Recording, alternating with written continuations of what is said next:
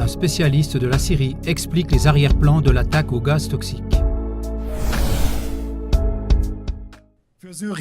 Pour la Syrie, tous les baromètres semblent encore être à la guerre. À peine quelques heures après la prétendue attaque à l'arme chimique du 7 avril 2018, les attaques américaines contre la Syrie n'étaient pas exclues. Le 9 avril, l'ambassadeur américain Nikki Haley a même justifié cela comme une obligation morale face aux images épouvantables des victimes. Il est intéressant de noter que le président français Emmanuel Macron a annoncé il y a quelques semaines une attaque des troupes françaises en cas d'attaque syrienne au gaz toxique.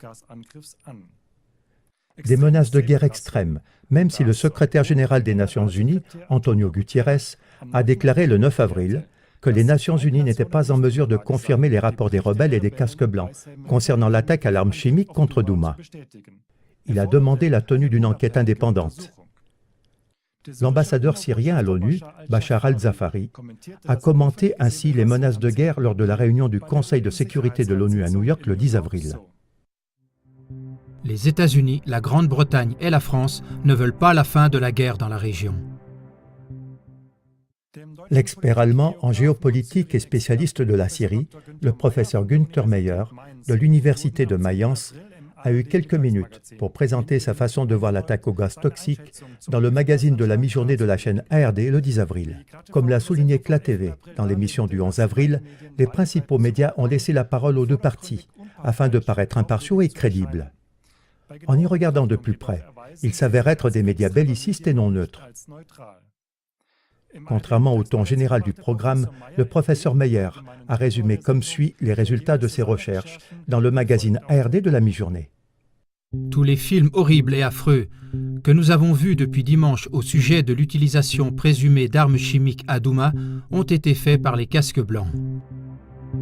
Une organisation dite de protection civile financée avec bien plus de 100 millions d'euros par l'Angleterre et les États-Unis. Elle a reçu le prix Nobel alternatif et s'est bâtie une image qui semble crédible. Mais l'objectif principal est en fait de mettre en scène de telles choses et de les utiliser à des fins de propagande contre le régime d'Assad. On voit continuellement des enfants sauvés par les casques blancs. Selon des rapports de presse, les images que nous voyons depuis dimanche ont été enregistrées il y a plusieurs semaines par les casques blancs dans la province d'Idlib, contrôlée par l'opposition. Cela veut dire que le pouvoir des images est si monstrueux, que l'esprit est comme éteint et que la logique n'est plus sollicitée, et surtout qu'on ne demande pas qui est responsable. Le professeur Meyer a répondu à la question importante de savoir qui bénéficierait d'une telle attaque présumée d'armes chimiques. Cela ne profite certainement pas au régime, qui sait pertinemment, quand il s'agit de l'utilisation d'armes chimiques, que c'est exactement le moment que les États-Unis attendent, que Trump attend pour prendre des mesures contre le régime syrien par une opération militaire massive. En d'autres termes, les seuls qui peuvent en profiter, c'est l'opposition. Et nous avons déjà eu toute une série de cas de ce genre dans le passé, où exactement les mêmes mesures ciblées ont été prises par l'opposition, où une attaque à l'arme chimique a été menée sous faux pavillon pour être ensuite imputée au régime. Et dans les conditions actuelles, alors que Douma est sur le point d'abandonner et que les rebelles se préparent déjà à partir, ce serait une absurdité absolue d'utiliser ici encore des armes chimiques. Cela contredit toute logique. Le professeur Meyer conclut que, contrairement à ce que disent les médias occidentaux, l'attaque aux armes chimiques n'a pas été menée par le gouvernement d'Assad, mais par les rebelles sous la forme d'une action sous faux pavillon. Les grandes puissances occidentales que sont les États-Unis, la Grande-Bretagne et la France qui les soutiennent sont appelées à entrer en scène. La Grande-Bretagne aurait déjà positionné des sous-marins au large de la Syrie, comme l'a rapporté le journal économique d'Allemagne le 12 avril.